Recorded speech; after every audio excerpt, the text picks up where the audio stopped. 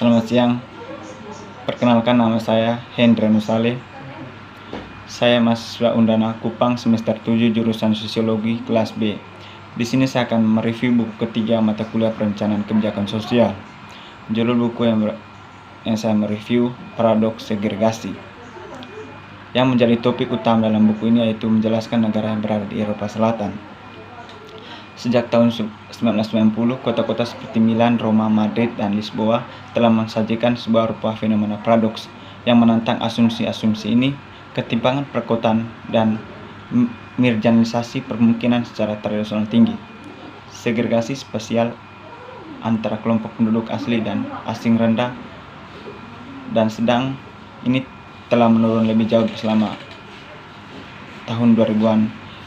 Ini fenomena telah menggelitik sejak perjalanan migrasi melintas di wilayah dimulai pada abad awal 1990. Fenomena paradoks serupa juga terjadi di bagian lain di seluruh dunia, tapi baru-baru ini menarik banyak perhatian. Meski ketimpangan sosial semakin parah, beberapa kota tidak menjadi lebih dipisahkan secara spasial, bahkan dengan gelombang migrasi massal baru atau eskalasi krisis keterjangkauan perumahan. Proses perakhiran belum terwujud secara sistematis di seluruh kota.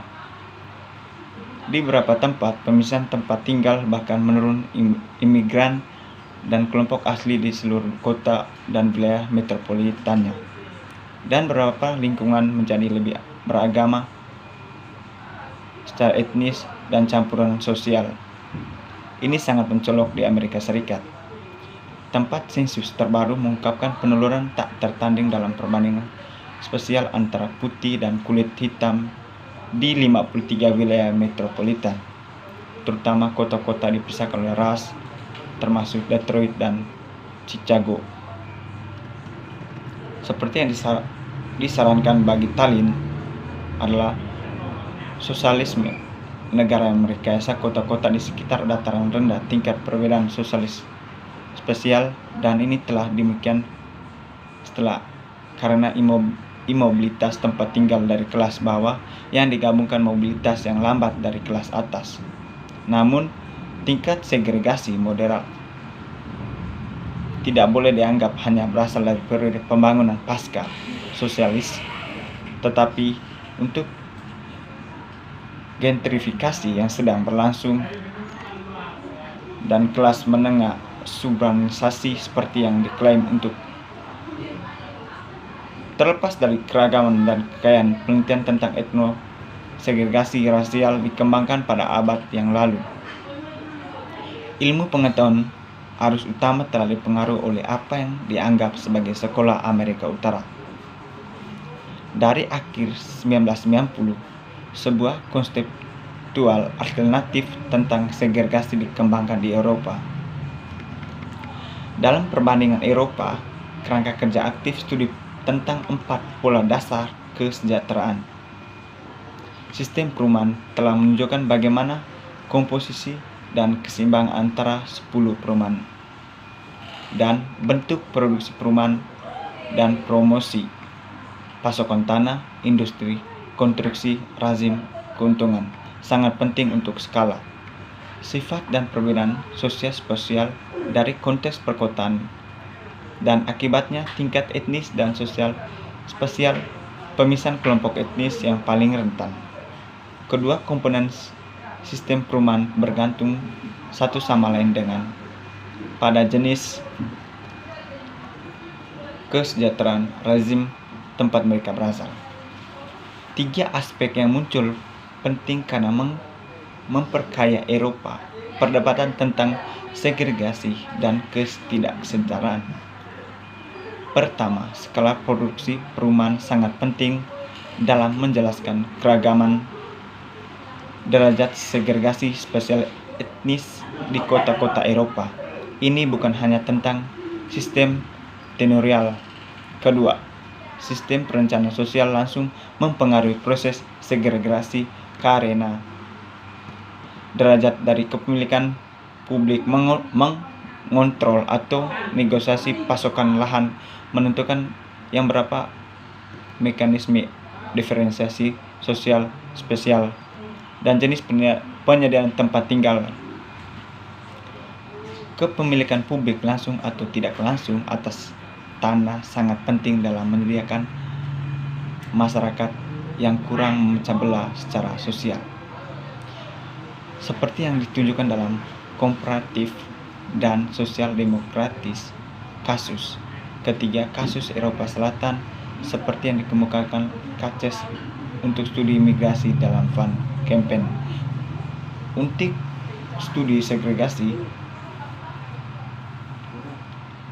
30 tahun terakhir, studi migrasi menawarkan perdebatan yang kaya yang memajukan konsep baru, model dan teori yang dapat digunakan untuk memahami kompleksitas dan fenomenal migrasi sementara. Secara khusus, diferensiasi kontekstual perspektif berkontribusi besaran konseptual pemutaran internasional Eropa menentang argumen konvergensi dalam globalisasi wacana dan model imigrasi post-Freudis di antisipasi kontribusi teoritis dari perspektif transformasi sosial. Kemudian dikonsepsi sosialkan dalam studi migrasi dan sangat berpengaruh penting dalam memikirkan kembali imigrasi dan tanggapan kebijakan. Selanjutnya, mereka mengembangkan kerangka kerja analitis yang berguna berdasarkan kisaran menengah teori yang dapat memiliki aplikasi yang lebih besar dalam studi perkotaan, menunjukkan pola penyebaran pemukiman etnis yang dihasilkan dari mekanisme eksklusif, ciri-ciri khas perkotaan para imigran, dan penyisipan perumahan dalam konteks masyarakat dalam perkotaan yang lebih luas. Penyebab struktur utama dan efek marginalisasi perumahan memiliki telah direkonstruksikan dan ditafsirkan ulang di Eropa Selatan. Konteks paradoksnya, ciri kritis penyisapan etnis perkotaan tingkat rendah, pemisahan spasial pemukiman pinggiran yang tersebar, proses desegregasi menyembunyikan peningkatan kesulitan perumahan, marginalisasi di antara kelompok non-barat.